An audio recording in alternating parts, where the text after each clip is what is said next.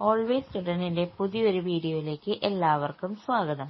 Industries extension officer തസ്തികയിലേക്ക് 2019 നടന്ന പരീക്ഷയിലെ computer science and engineering വിഭാഗത്തിൽപ്പെടുന്ന കുറച്ച് ചോദ്യങ്ങളാണ് ഇന്നത്തെ വീഡിയോയിൽ നമ്മൾ ഡിസ്കസ് ചെയ്യാനായി പോകുന്നത്.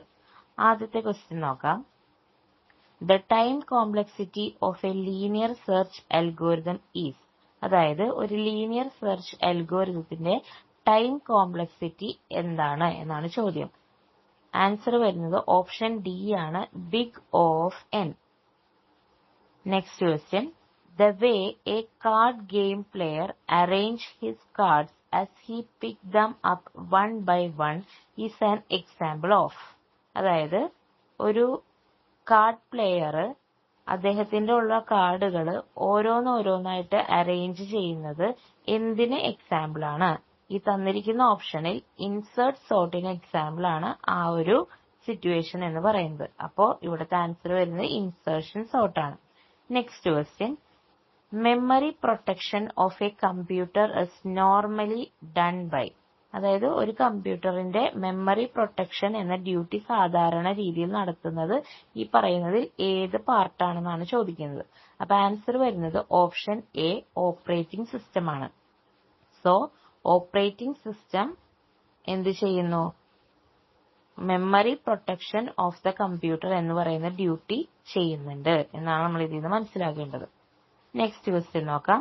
ആൻ ഇന്റർപ്രറ്റർ വിൽ, അതായത് ഈ തന്നിരിക്കുന്ന ഓപ്ഷനുകളിൽ ഇന്റർപ്രറ്ററിന്റെ ഡ്യൂട്ടി എന്താണെന്നാണ് ചോദിച്ചിരിക്കുന്നത്. ആൻസർ വരുന്നത് ഓപ്ഷൻ സി ആണ്, execute a source program without generating object program, അതായത് ഒബ്ജക്ട് പ്രോഗ്രാം ജനറേറ്റ് ചെയ്യാതെ എന്ത് ചെയ്യും?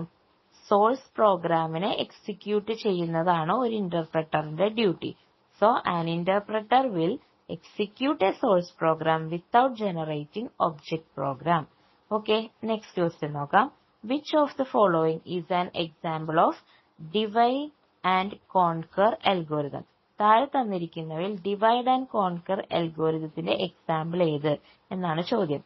ആൻസർ വരുന്നത് മെർജ് കോമ സോർട്ട്, ആ ഒരു അൽഗോരിതം ആണ് ഡിവൈഡ് ആൻഡ് കോൺകർ എന്ന് പറയുന്ന അൽഗോരിതത്തിന്റെ example. Next question. In which addressing mode the effective address of the operand is calculated by adding constant value to the content of register? അതായത് താഴെ കുറച്ച് എന്ത് തന്നിട്ടുണ്ട്?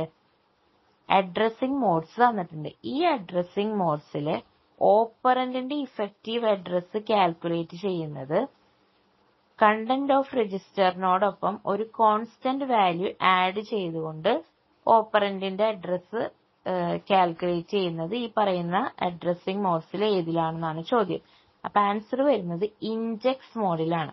ക്വസ്റ്റ്യൻ ഒന്നുകൂടി റിപ്പീറ്റ് ചെയ്യാം. താഴെ കുറച്ച് അഡ്രസ്സിംഗ് മോഡ്സ് തന്നിട്ടുണ്ട്. ഇതില് കണ്ടന്റ് രജിസ്റ്ററിന്റെ കൂടെ ഒരു കോൺസ്റ്റന്റ് വാല്യൂ ആഡ് ചെയ്ത് ഓപ്പറന്റിന്റെ ഇഫക്റ്റീവ് അഡ്രസ് കാൽക്കുലേറ്റ് ചെയ്യുന്ന ഒരു അഡ്രസ്സിംഗ് മോഡ് ഏതാണ് എന്നാണ് ചോദ്യം. ആൻസർ വരുന്നത് ഇൻഡെക്സ് മോഡാണ്. Okay, option C, index mode. Next question നോക്കാം. Dash permits the programmer to develop a program with size larger than the size of the main memory. Main മെമ്മറിയേക്കാൾ കൂടുതൽ സൈസ് ഉള്ള programme develop ചെയ്യാൻ ഒരു പ്രോഗ്രാമറെ permit ചെയ്യുന്നത് ഈ താഴെ തന്നിരിക്കുന്നതിൽ ഏതാണ്? വെർച്വൽ മെമ്മറിയാണ് ആൻസർ വരുന്നത്. അപ്പോ virtual memory permits the programmer to develop a program with size larger than the size of main memory. Okay, next question.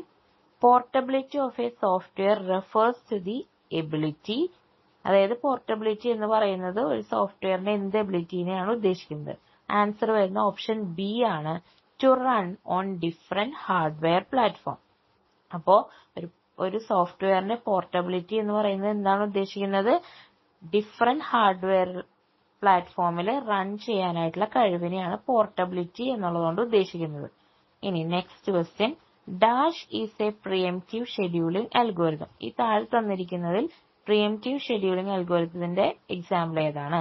Answer വരുന്നത് ഓപ്ഷൻ ഡി, റൗണ്ട് റോബിൻ ആണ്. ഓക്കെ, റൗണ്ട് റോബിൻ എന്ന് പറയുന്ന algorithm preemptive scheduling algorithm ആണ്. Next question, the dash protocol is used for updating the main memory when a word is removed from the cache memory. അതായത് താഴെ കുറച്ച് protocols തന്നിട്ടുണ്ട്. അപ്പോ cash മെമ്മറിയിൽ നിന്ന് ഒരു വേർഡ് റിമൂവ് ആവുമ്പോൾ മെയിൻ മെമ്മറി അപ്ഡേറ്റ് ചെയ്യാൻ നമ്മൾ ഉപയോഗിക്കുന്നത് ഇതിലേത് പ്രോട്ടോകോൾ ആണെന്നാണ് ചോദ്യം. ആൻസർ വരുന്നത് write back protocol. Option C ആണ് answer, write back protocol. Okay, അപ്പോ write back protocol is used for updating the main memory when a word is removed from cache memory. Cash മെമ്മറിയിൽ നിന്ന് ഒരു word remove ആയിക്കഴിഞ്ഞാൽ main മെമ്മറിയെ update ചെയ്യാൻ ഉപയോഗിക്കുന്ന protocol right back protocol ആണ്. ഓർത്തിരിക്കുക.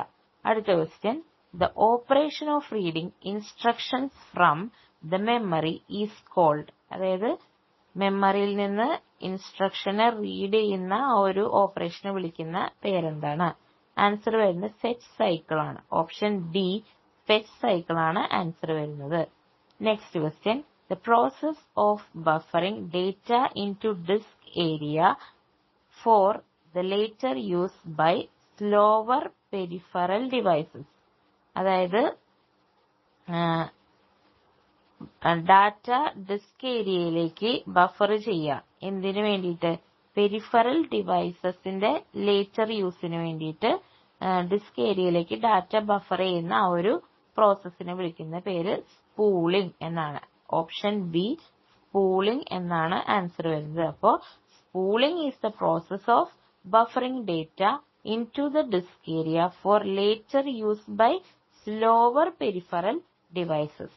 Slower peripheral ഡിവൈസസിന്റെ ലേറ്റർ യൂസിന് വേണ്ടിയിട്ട് ഡിസ്ക് ഏരിയയിലേക്ക് ഡാറ്റ ബഫർ ചെയ്യുന്ന പ്രോസസ്സിനെ വിളിക്കുന്ന പേരാണ് സ്പൂളിംഗ് എന്ന് പറയുന്നത്. ഓക്കെ, അപ്പൊ ഇതാണ് ആ ഒരു എക്സാമിൽ ചോദിച്ചിട്ടുണ്ടായിരുന്ന കമ്പ്യൂട്ടർ സയൻസ് വിഭാഗത്തിലെ കുറച്ച് ചോദ്യങ്ങൾ. ഇതല്ലാതെ കുറച്ച് ചോദ്യങ്ങളും കൂടി ഉണ്ട്. അപ്പൊ ഇത്രയും പറഞ്ഞ ക്വസ്റ്റ്യൻസ് നിങ്ങൾക്ക് ക്ലിയർ ആണെന്ന് കരുതുന്നു. എന്തെങ്കിലും ഡൗട്ട്സ് ഉണ്ടെങ്കിൽ കമന്റിൽ ചോദിക്കുക. അപ്പൊ ഇതിന്റെ ബാക്കി ക്വസ്റ്റ്യൻസ് ആയിട്ട് കുറച്ച് മാത്തമാറ്റിക്കൽ മോഡൽ ഓഫ് ക്വസ്റ്റ്യൻസ് ഒക്കെയാണ് വരുന്നത്. അപ്പൊ അത് നിങ്ങൾക്ക് ഒരു വീഡിയോ ആയിട്ട് ചെയ്യണമെന്നുണ്ടെങ്കിൽ താഴെ ഒരു കമന്റ് ചെയ്യുക. നമുക്കതൊരു സെപ്പറേറ്റ് വീഡിയോ ആയിട്ട് ചെയ്യാം. അപ്പോൾ ഈ ഒരു വീഡിയോ എല്ലാവർക്കും ക്ലിയർ ആയെന്ന് കരുതുന്നു. Thanks for watching.